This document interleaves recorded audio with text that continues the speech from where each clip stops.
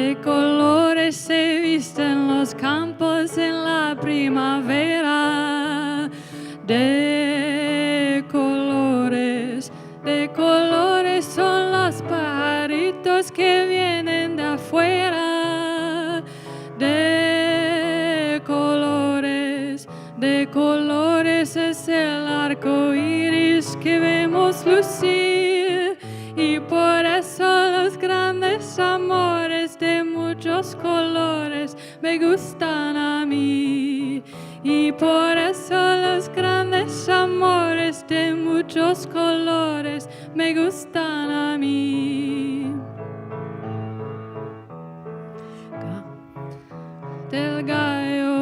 Canta el gallo con el kiri, kiri, kiri, kiri, kiri. La gallina con el cara, cara, cara, cara. Los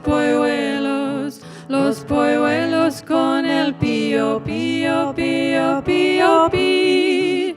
Y por eso los grandes amores de muchos colores me gustan a mí. Y por eso los grandes amores de muchos colores me gustan a mí.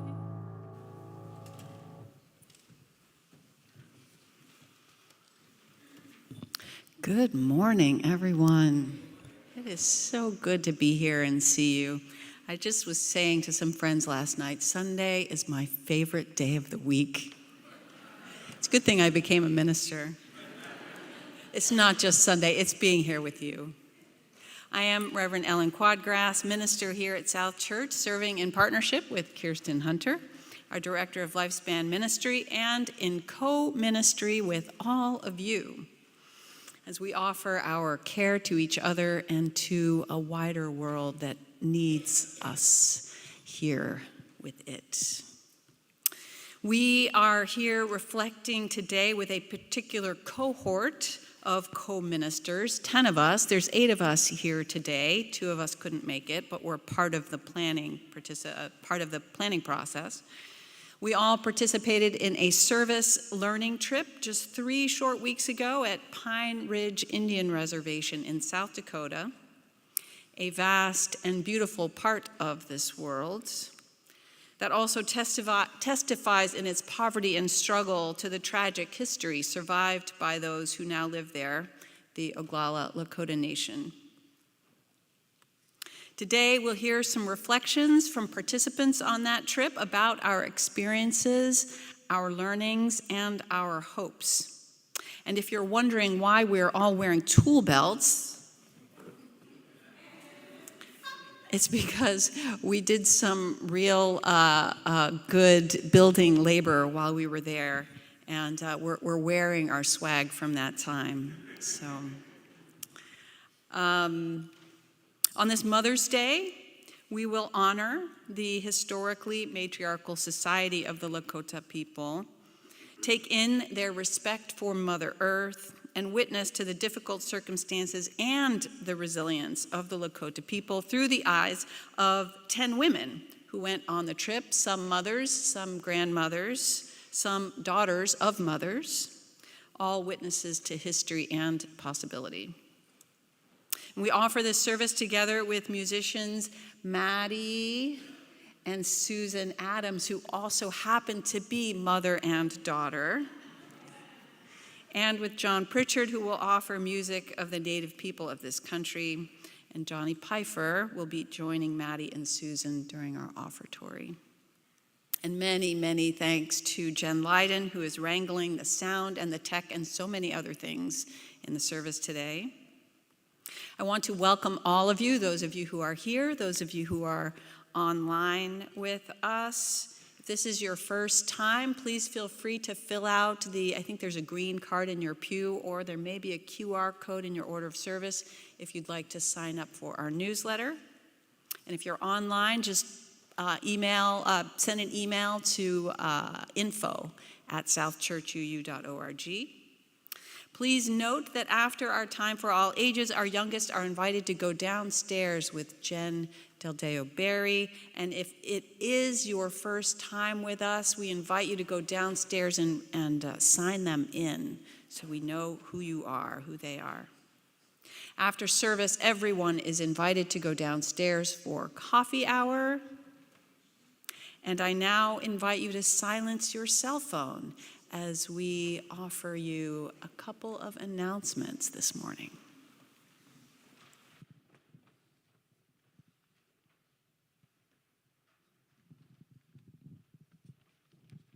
Good morning. Bunch of announcements, but I'll try to be quick. First, read your order of service because there are a lot of things in here. And notice that tomorrow there is a What's Up on Zoom offered by Kirsten at 7 p.m. So that's tomorrow, May 13th, 7 p.m. on Zoom. The information with an email and the meeting ID are all in your order of service, so check that out. Also, the Pocket Garden Tour is looking for volunteers, for, I would imagine, garden sitters and baking cookies and all kinds of things like that. So they will be hosting a table downstairs where you can sign up. That is an amazing event that's happened for decades here and requires a lot of help, and there are really fun ways to participate in that. So see that committee downstairs after worship today. And then on June 2nd, there are so many things going on. It's going to be a great community event, and it's a few weeks away, but I wanted to lift it up now so that you have it on your calendars and make sure to come. It's Bridging Sunday, which is the day that we cry about sending our high school seniors out into the world, and we will be dedicating children and babies. If you have children and babies that you would like to dedicate into our community, contact me so we can include you in that. There's also a South Church birthday party that day offered by the Endowment Committee that will happen in the social hall later in the day. And the senior youth will also be having their used book sale that day in the room that is closest to the big bathrooms. So big day on June 2nd. Make sure you come for all of that. And we have an announcement from our high school youth. Hi, everyone. So today we have a Mother's Day plant sale for senior youth, and it's for our Indigenous learning journey to New Mexico. They're $30 each, so just come check it out, and we'll see you there.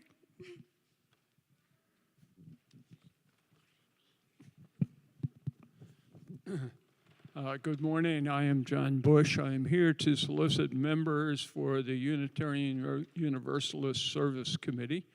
It is an organization that does human rights and social justice work around the world. There's a little bit of a description of it in the order of service. We have a table set up downstairs to ask you to become members. If you were here last Sunday, you heard a wonderful service all about it.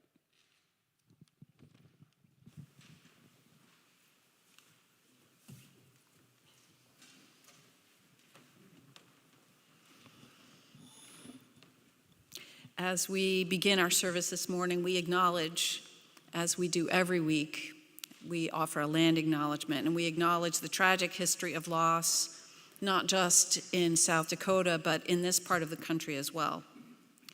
The indigenous people of this land upon which this sanctuary was built, were here long before Europeans arrived, and then faced decimation through disease, displacement, and intentional mistreatment. Despite these immense challenges, these people continue to survive in body and spirit and in the wisdom they freely offer to those who are open to receiving it. May we bring honor to that wisdom, to that culture, to its beauty as we reflect in our service today. And may we all think about what our next step is in striving for justice and reconciliation.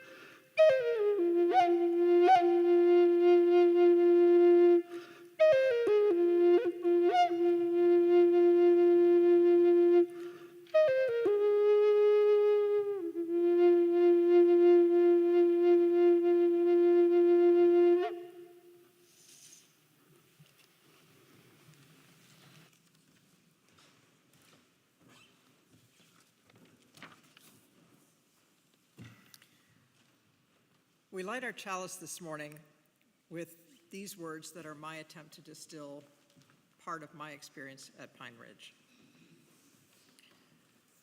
Wopila, which is Lakota for thanks, Pine Ridge. It's so wide open, so vast and fierce and gray-green tan, so windblown, too dusty, always shifting, but still too monotonous. Unending horizons with not much, cows and horses for variety against the sky. And hilltop graveyards, of course. Look for the stones of the elders, the grandmothers, among all the young. Think about asking the hard questions. Not, why don't they work? Not, why don't they eat better, study harder, pick up the trash? Although those are all hard things. Maybe whether there are Indian killers in my DNA. Rifles, land grants, smallpox. Maybe, now what do I do?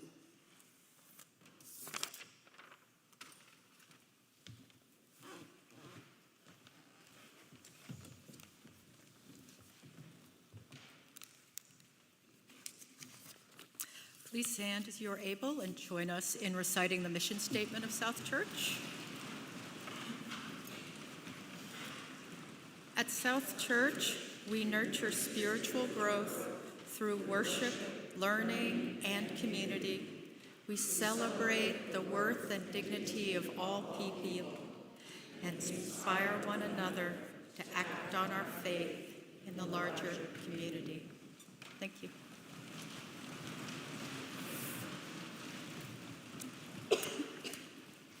So during the week of April 20th to 26th, 10 of us, the 8 of us here, plus Janice Wallach and Joanne Piazzi, we stayed on the Pine Ridge Indian Reservation in South Dakota as guest volunteers at an organization called Re-Member.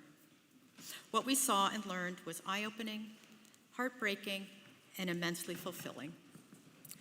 Joanne Piazzi, who is unable to be here today, she wrote the words that I'm reading. In the creation of our country, an already existing country was destroyed. Indigenous tribes were systematically dismembered. They were stripped of their lands, their food source, their music, their languages, their tradition, their names, and even their hair. Once they were dismembered, the attempt was made to erase them.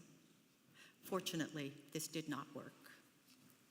Remember, the organization exists not only to help us to not forget, but to make us witnesses to the remembering, the restoring of the Indigenous culture. They recognize that they cannot fix the damage that has been done, nor can they impose beliefs about what the people on the reservation should or should not do. They are there simply to serve, to fill needs that are dire, so that people will be more able to figure out for themselves how to move forward.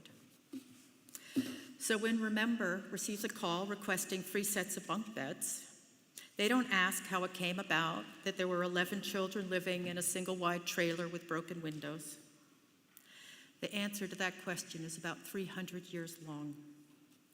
They simply pack up a trailer with wood, fill a van with volunteers like us, and go there and build beds. When the children are able to sleep, they will be better able to think, to learn, and to participate in creating of solutions. Crazy Horse, an Oglala Lakota leader who lived from 1840 to 1877, said, "I see a time of 7 generations when all the colors of mankind will gather under the sacred tree of life, and the whole earth will become one circle again." We are currently in the 7th generation. In listening to and learning from the Lakota volunteers, we saw the resurgence of the Lakota language, games, and traditions that were stripped from them. It is our hope that the children sleeping comfortably in their new beds feel the power and the pride of their Lakota ways and lead their people to that sacred tree of life so that we can join in one circle again. Thank you, Joanne. Please rise as you are able and join us in singing hymn 1051, We Are.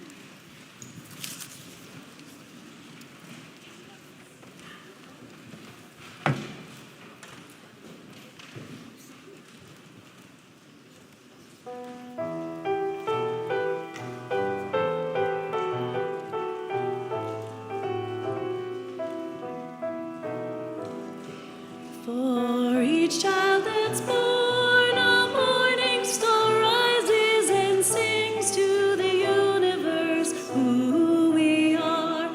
For each child that's born, a morning star rises and sings to the universe who we are.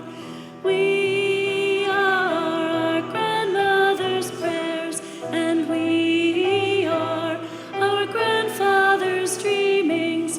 We are the breath of our ancestors. We are the Spirit of God.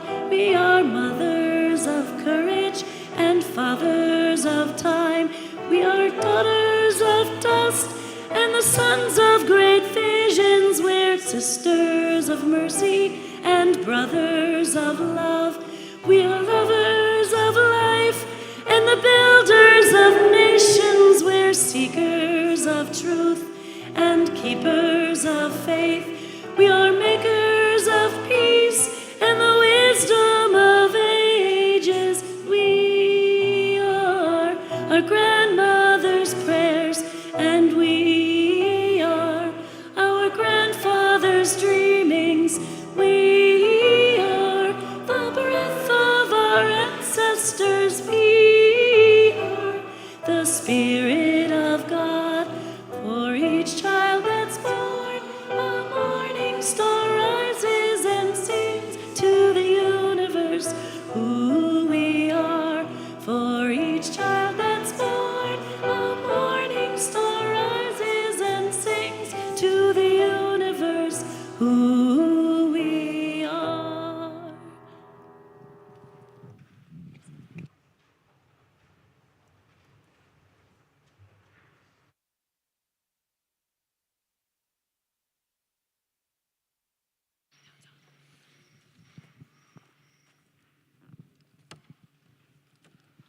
Hello? Can you hear me? It's time for all ages. I'm not usually the one down here, but would all the children of all ages like to come down, get a little closer to the book that is turned into a screen? Do you want me on that side? Did you want me on that side or on this side? Oh, this is good. Okay. Okay. And all ages, welcome down here. It's a great story. I don't have the book because I don't know where it went. Well, I think I'm going to read off the this, because there we go. So I'm going to have to change my, oh, well, anyway. So I want to start with, does everybody know who the Lakota are? Have you ever heard that before, Lakota? Before today? Well, so the Lakotas are a tribe of Native Americans, also known as indigenous people. And they were nomadic people, people who, they didn't have one place that they lived. They traveled across the plains.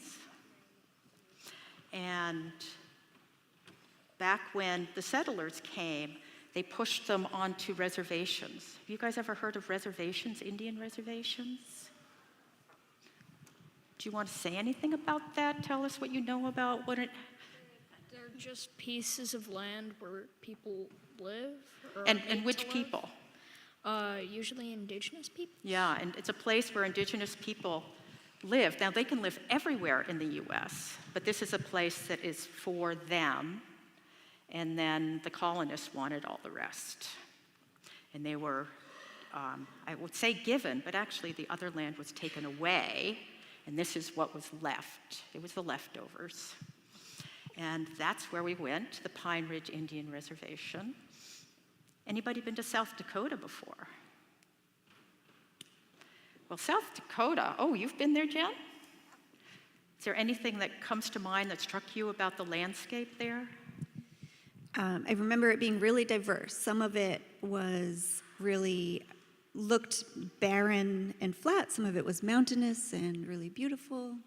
So lots of different types of land, but where we were, it was the plains, and as far as you could see, it was flat, except when we went to the Badlands.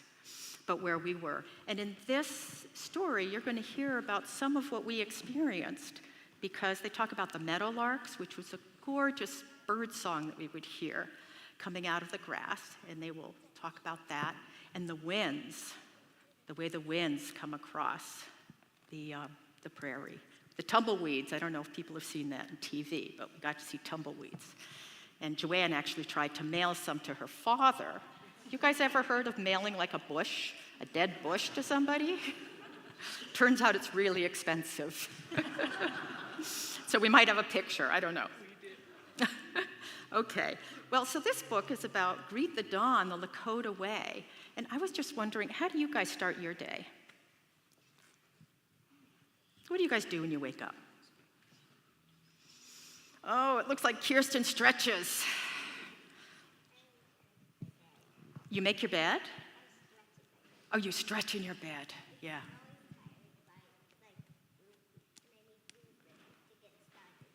You got to get moving a little bit to get started, yeah. And do you have sounds that you hear in the morning? Yeah? I hear birds. Birds, yeah, yeah. And do you say good morning to the birds?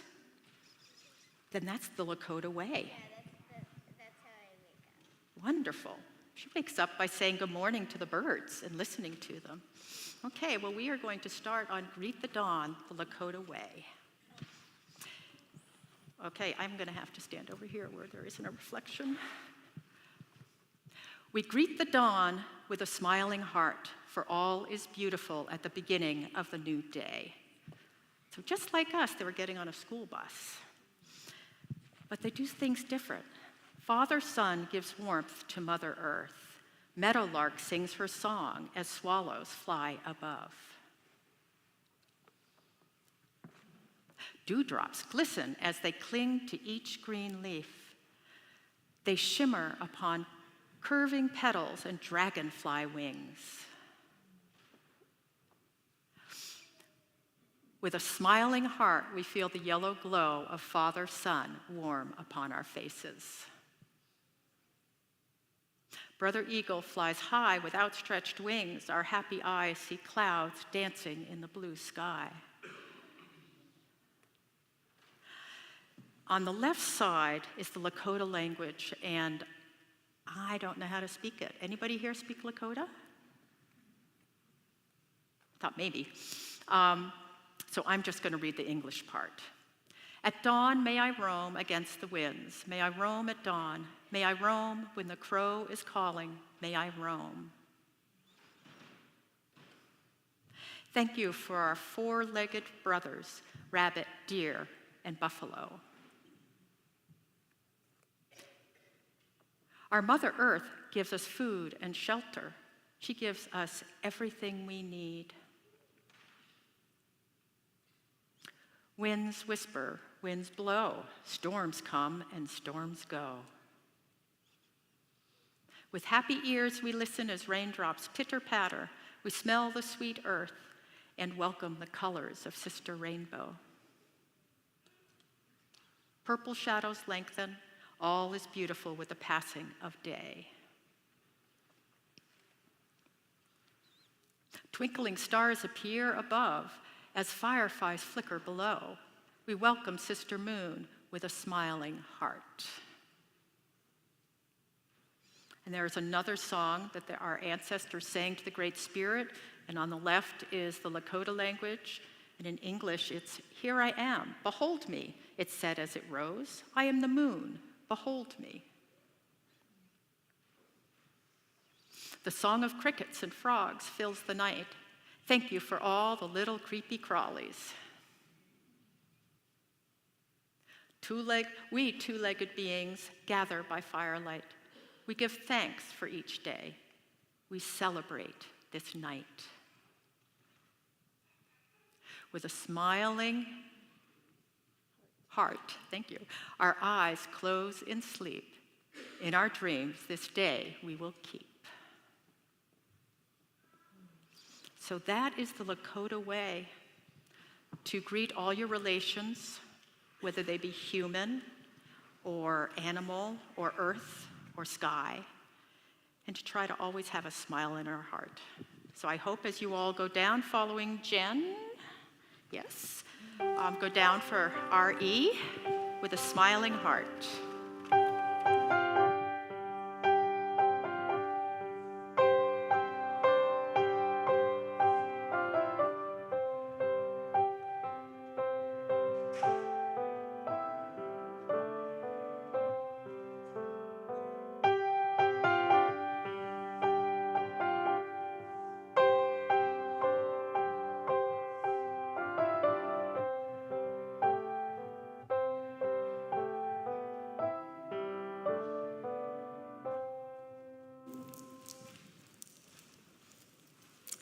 As you know, as a congregation, we have committed to sharing our Sunday collection plate with a different organization each month.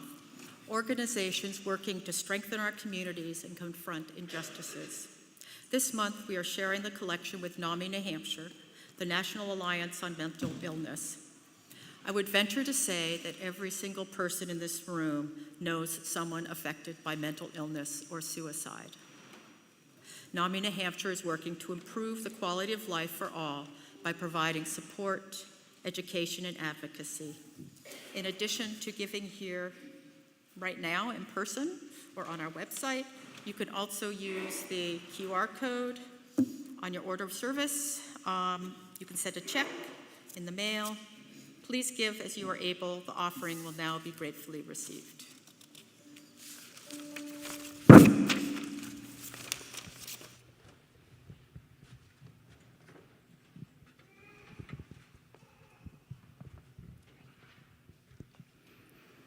Ancient Mother, I hear you calling. Ancient Mother, I hear your song. Ancient Mother, I feel your laughter. Ancient Mother, I taste your tears.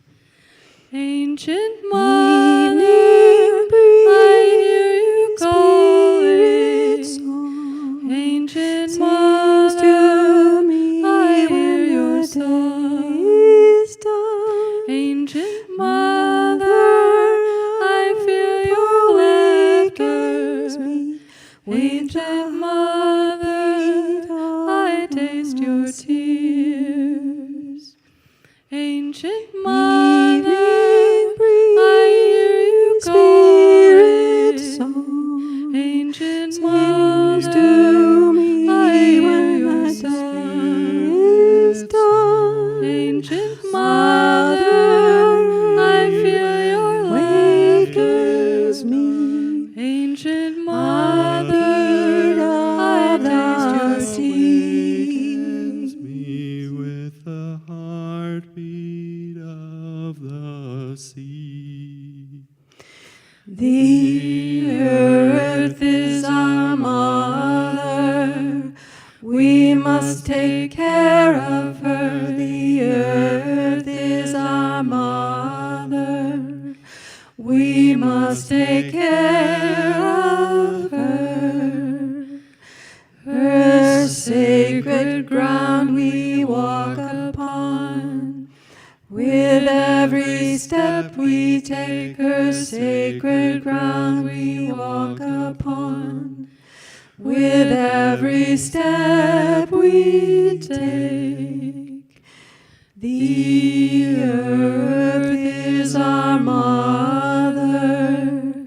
She will take care of us. The earth is our mother. She will take care of us.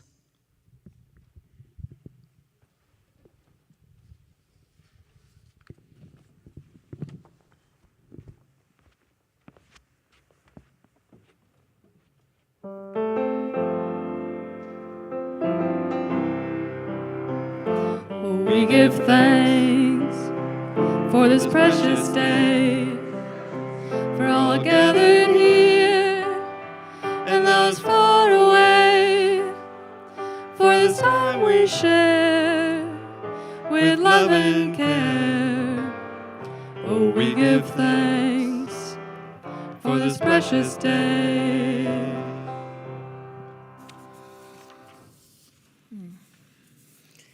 Music is so beautiful. Thank you.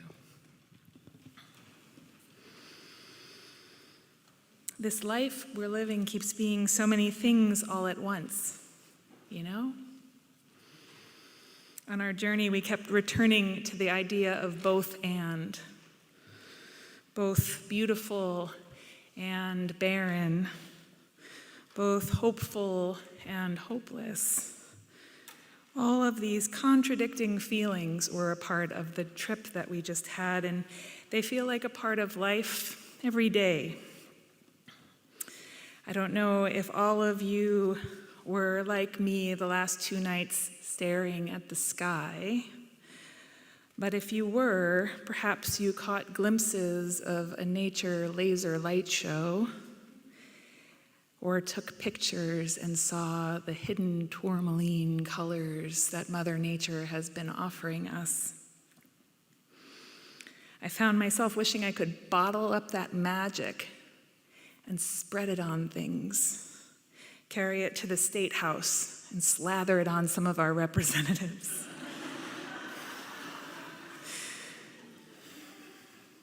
It seems like there are these things in life that are like food for the taking. And maybe the secret is balance, is storing up as much as we can to help us face the stuff that's hard, to help us have something to slather when we need it. On the 4th night at Pine Ridge, Lakota elder Larry Swally spoke with us, and he reminded us that violence and warfare were here on this continent long before Europeans came. It's a part of human behavior. There were many indigenous tribes, and there was conflict between them at times. He said if men had been making the decisions about who to fight and when and for how long, it probably would have been a much more violent time. But elder women made those decisions back then for the Lakota people. Elder women, he explained, understand the preciousness of life. They don't want their grandsons to die. They understand the long-term cost of war, and they are deeply relational. They know how to do the work of finding their way through conflict. They know how to find compromise. In the days before white men came, Larry said, grandmothers were leaders.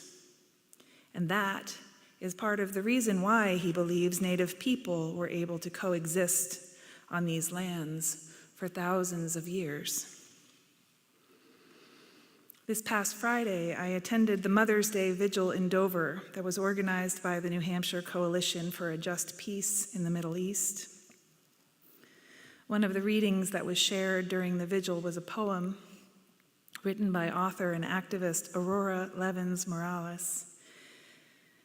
This was the first poem she was able to write after the surge of violence that occurred on October 7th and has continued every day since. She published it on October 23rd, along with a beautiful reflection you can find on her website. The piece is titled Summons, and I offer it today as a prayer for this Mother's Day.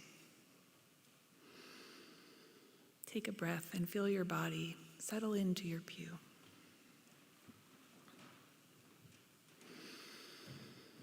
Summons.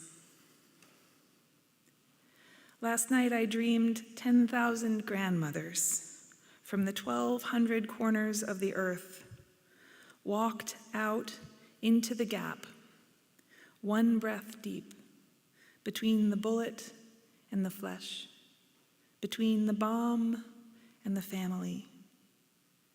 They told me we cannot wait for governments. There are no peacekeepers boarding planes. There are no leaders who dare to say every life is precious. So it will have to be us. They said we will cup our hands around each heart. We will sing the earth's song, the song of water, a song so beautiful that vengeance will turn to weeping, the mourners will embrace, and grief replace every impulse toward harm. 10,000 is not enough, they said. So we have sent this dream, like a flock of doves into the sleep of the world. Wake up, put on your shoes, you who are reading this. I am bringing bandages and a bag of scented guavas from my trees. I think I remember the tune. Meet me at the corner. Let's go.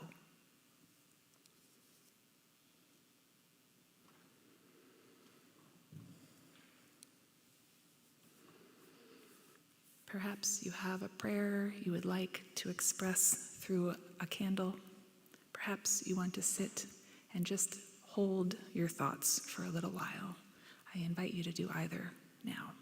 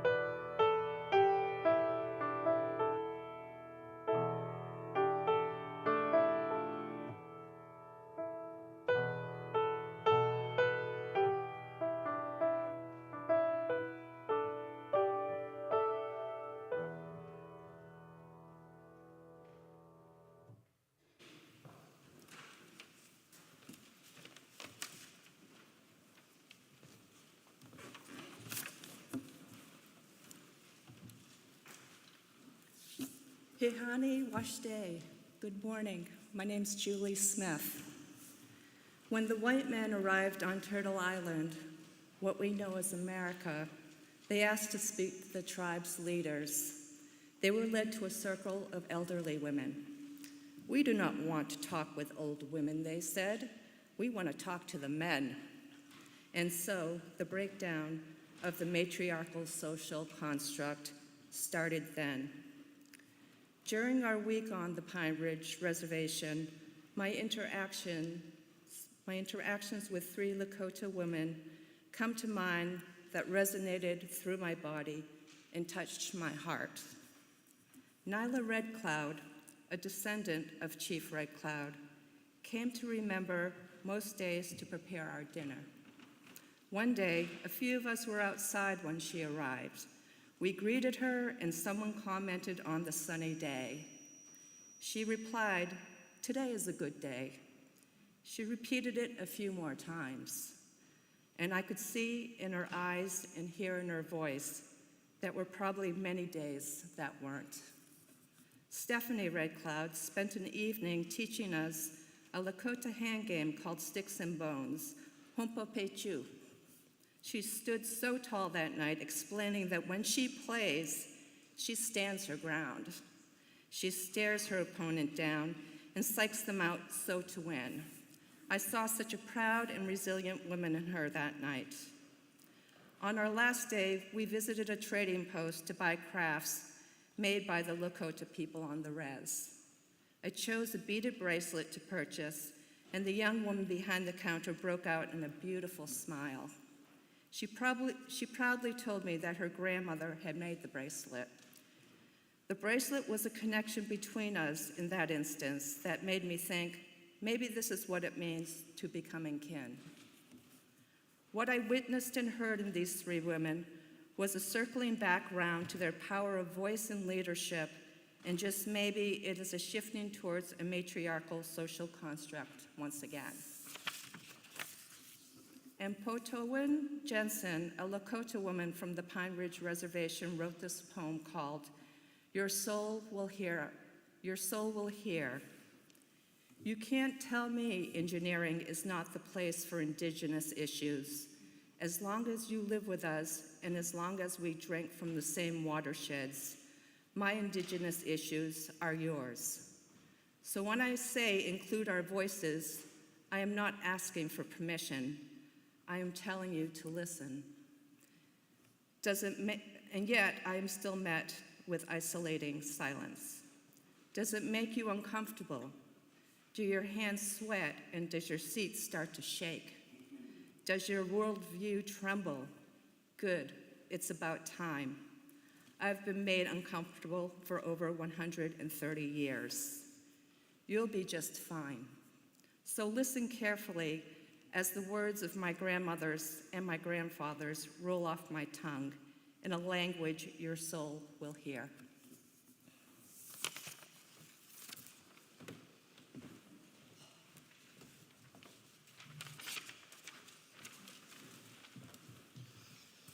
Good morning. I'm Ann Sherpick, and I'm sharing about shattering wisdom.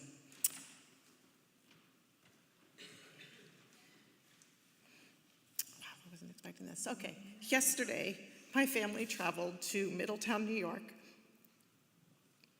to bury my mother's ashes. I guess I should be crying. Anyway, beside my grandmother. And my grandmother is buried next to her 6 sisters in this same site. And in attendance were my grandmother's 7 granddaughters and 3 of her great-granddaughters, a matriarchy in the making, in the flesh.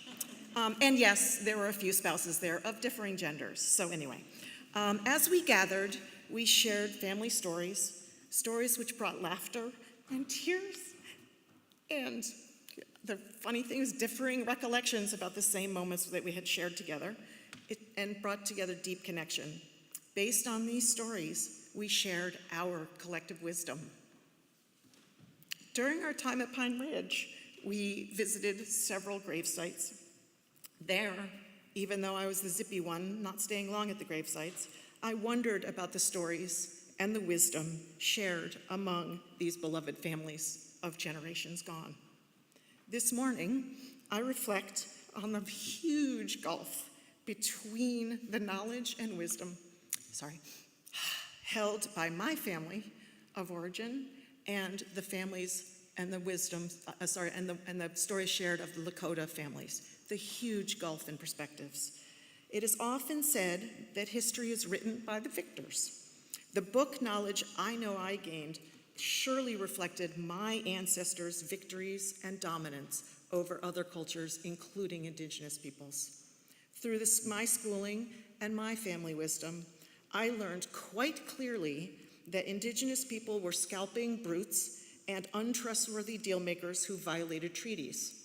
Well, in readings that we did in preparation of our trip, Roxanne Dunbar Ortiz's book, An Indigenous People's History of the United States, I learned that scalping was imported by settlers who, back in England, had been rewarded by the British government for Irish scalps. In turn, these early settlers paid bounty hunters for indigenous people's scalps. I did not learn that in school. From speakers at Pine Ridge, I also learned that the 374 treaties, it keeps going. That is a list of the 374 treaties made between indigenous nations and the U.S. government. Of them, none of them were violated by indigenous people. I'm going to repeat that in another way, that all of the treaties were actually violated by the U.S. government or people represented by the U.S. government, by settlers. So, through this journey, which I shared with this group of intrepid travelers and explorers, I am remembering history from the wisdom shared by generations of indigenous people. This remembering has cracked the fundamental wisdom shared by my ancestors within my own family that settled this country. I have been pried off of my dead center. I've been thrown off balance. And I have become more willing and even greater, more open to relearning, to re-knowing, to re-wisdoming my life and my future generations. To paraphrase from Ted Loder's poem, which was shared a few sermons ago, pry me off my dead center. And again, this is paraphrasing, so bear with me, but my experience at Pine Ridge through this poem, quote and paraphrasing, deepened my heart, accentuated my confusion, exposed my shame wherever it shivers, crouched behind the curtains of propriety until I laugh at last, through my common frailties and failures. And I laugh my way to becoming whole. Oh, persistent God, let how much it matters pry me off my dead center, so if I am moved inside to tears, I will be in touch with who I am, who you are, and who my brothers and sisters are. We are becoming kin.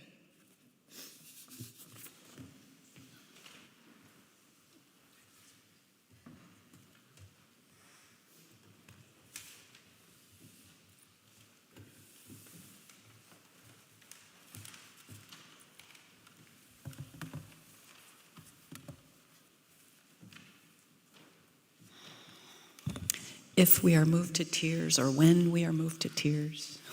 Thank you. We read a book, not just the one that Anne just mentioned. There was another book, too, called Becoming Kin.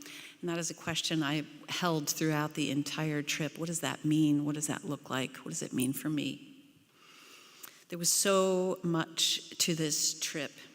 I've been finding it hard to communicate what it was and what it showed me. Trying to just describe it has not done it justice. So what I'll do instead is describe some snapshots of the trip. First, a moment from my childhood. We'll go way back. Picture me, 11 or 12, traveling in Southeast Asia. Not uncommonly, my family would be approached by people who wanted to sell us things. Our tour guides would tell us, don't buy them. They're scamming you. They just want to make a buck. Fast forward to Pine Ridge. Soon after our arrival, Holly, June, and I took a walk around the property where we encountered a man and a woman in a dark blue Volvo right outside the lodge. The man turned to us, holding some dream catchers and a pocket of sage in his hand. While I was flashing back to childhood and slowly backing away, Holly jumped in, stepped forward with interest, and asked if he was selling these. He was. $20? No problem. She asked him if he was one of the elders who would be teaching us this week. Your eyes, she said, remind me of a picture I once saw of black elk. I hope we get to hear you speak this week. He nodded and smiled and didn't respond directly. But his smile was kind and his eyes were warm. We discovered later that he was, in fact, not one of our scheduled speakers and that he was there to sell us stuff. But Holly's response to him transformed that moment, for me anyway, from an encounter with someone who wanted something from us to an encounter with someone with whom we are building relationship, to whom we are beginning to make reparations of so many kinds. That was, for me, the beginning of a whole trip of turning a host of assumptions around toward much wider truth. Anila, who was one of our wisdom speakers, spoke to us one evening of being sent to a boarding school where clothing, hair, culture, language, and identity were stripped from him when he was just 8 years old. He spoke of, later, having to deal with addiction in his family and in himself. There was so much struggle with addiction everywhere on the reservation. He described his personal journey of healing and restoration. He had been to more than one Sundance, a vigorous multi-day ceremonial dance during which participants take in no food and no water for 4 full days. And he described a vision quest, also no food, no water for 4 days. Each of these a rite, a ritual, a ceremony, an ordeal. I think about the fortitude that requires and that it builds.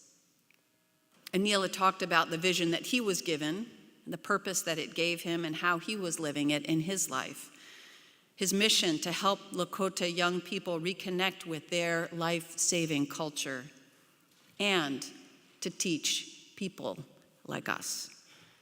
The depth of his story and the courage it required made a deep impact on me. And then there was one of the homes to which we delivered beds. Bare plywood floors, broken windows, sheets for curtains, almost no furniture, litter everywhere in the yard. The trampoline outside had holes in it and missing springs.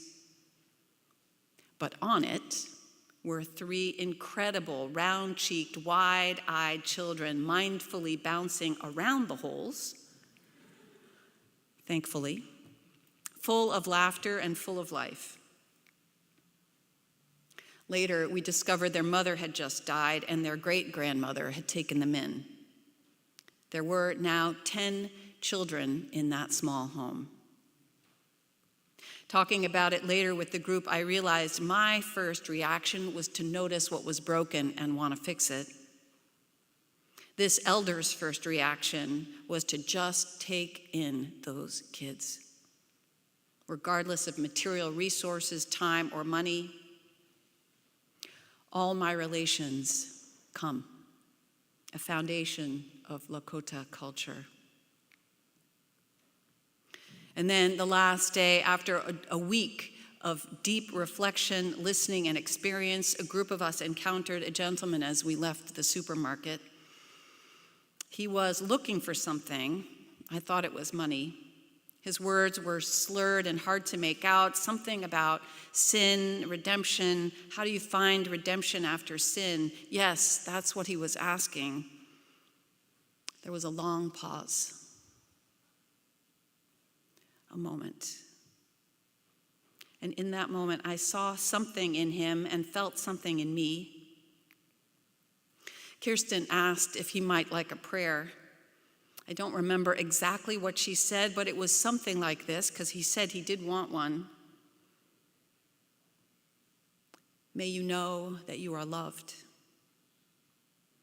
May you know connection with a community to hold you. May you know you are always more than any struggle that you face. May you know that you are whole. Long pause. He looked up. They looked into each other's eyes, and he said, "You know me."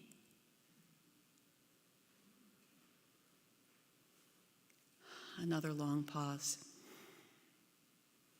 And then he asked for cash. Kirsten didn't have any.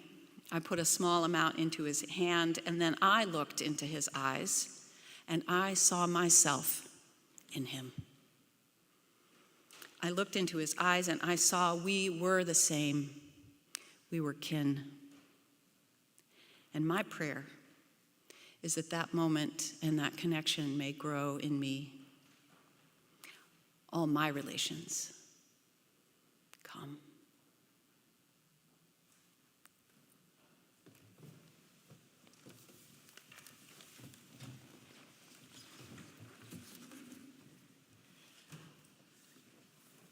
Mitokoye Oyasin. We are all related. I came on this journey with the hope of being able to be one with the Lakota people, but it was not to be.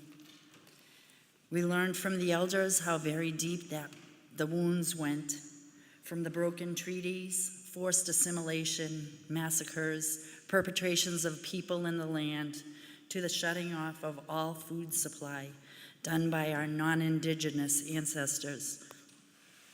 To unite us would not be trusted or accepted so easily in kind.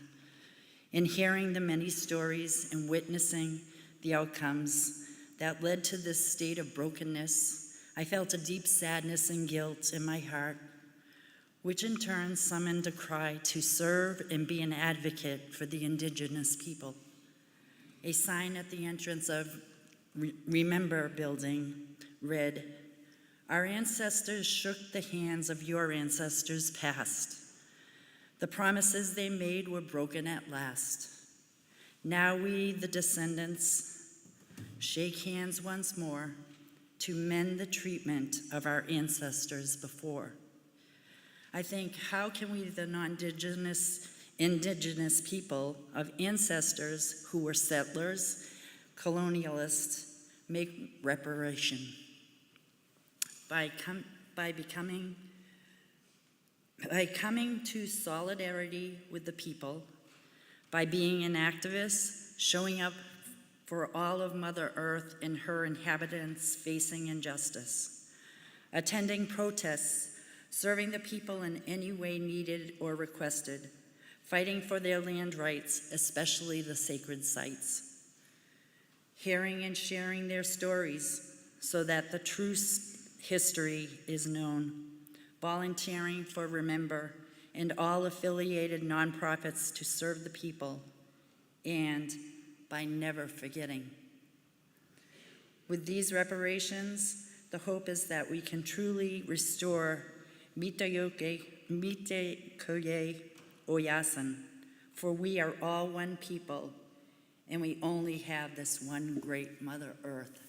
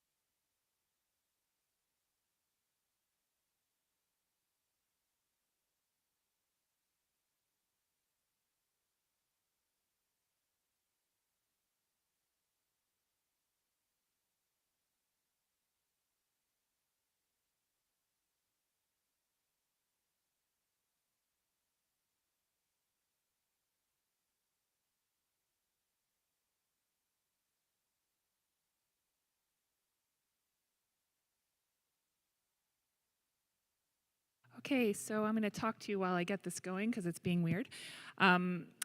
We have some slides we're going to share while we sing a song to you all, for you all. And you will notice as you watch the slides that there are very few images of Lakota people or their homes.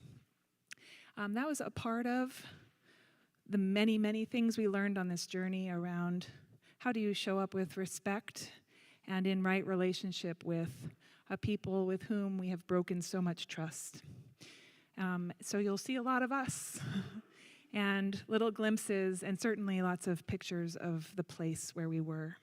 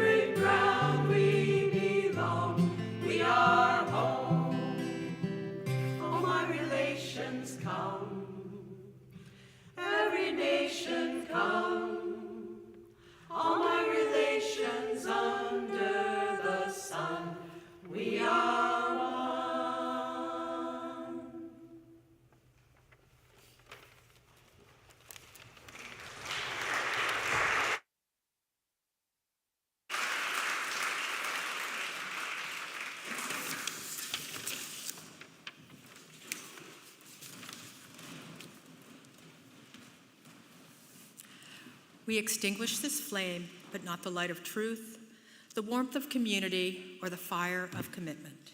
These we carry in our hearts until we are together again.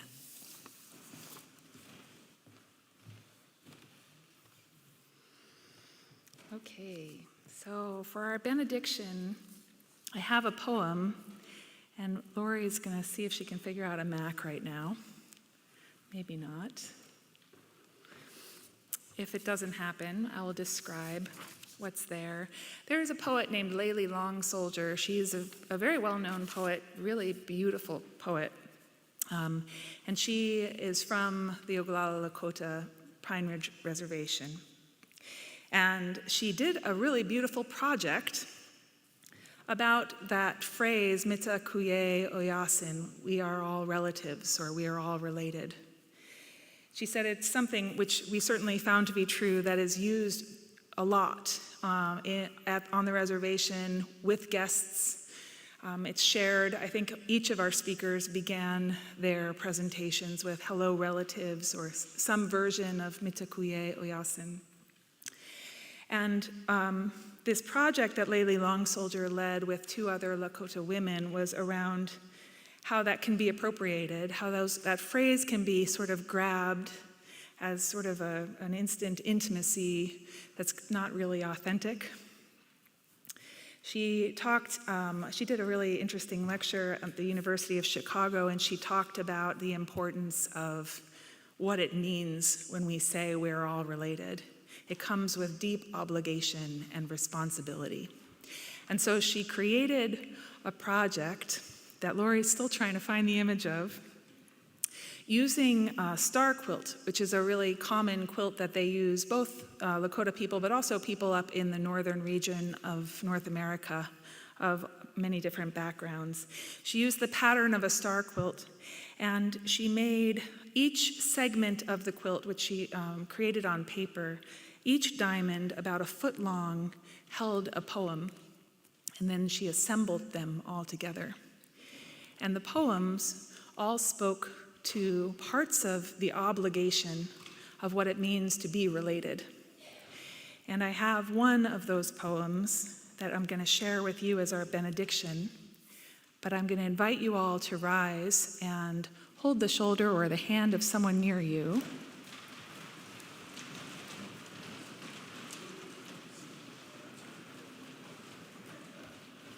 I thought she hadn't gotten it, but she did get it.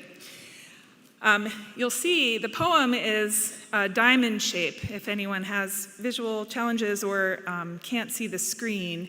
And it is a kind of poem that you can read any way you wish. And you sort of read down through the words again and again. So I'm going to read my version this time. Each time I've read the poem, I've found myself reading it differently. It's called Obligations 2. As we embrace the future, we struggle to unbraid the grief we bury as ash across our faces. As we resist the past, we fail to understand the grief we wield into light across our faces. As we embrace the present, we begin to accept the grief we shift into light across our faces. As we resist the future,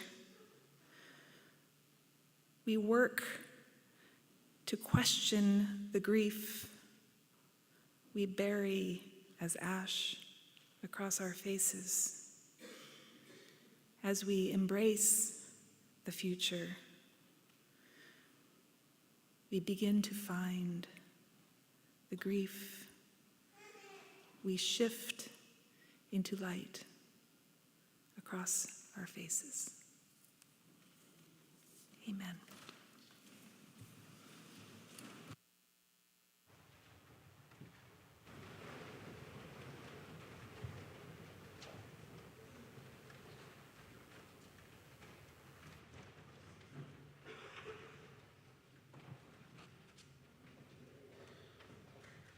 you.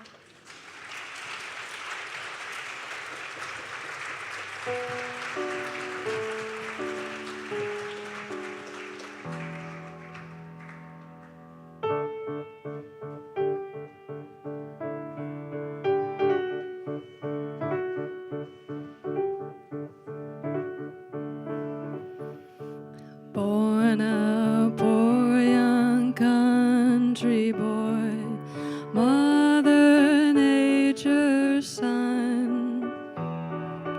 All day long I'm sitting singing songs for everyone.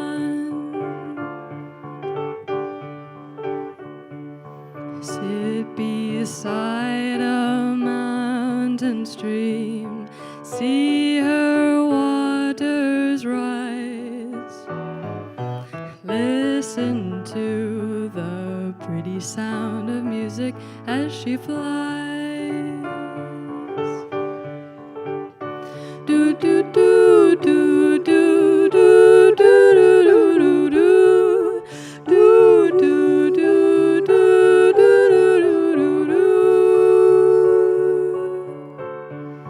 do do do.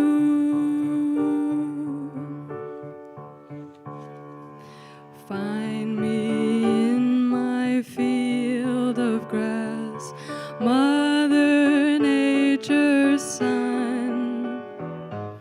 Swaying daisies sing a lazy song beneath the sun. Do do do.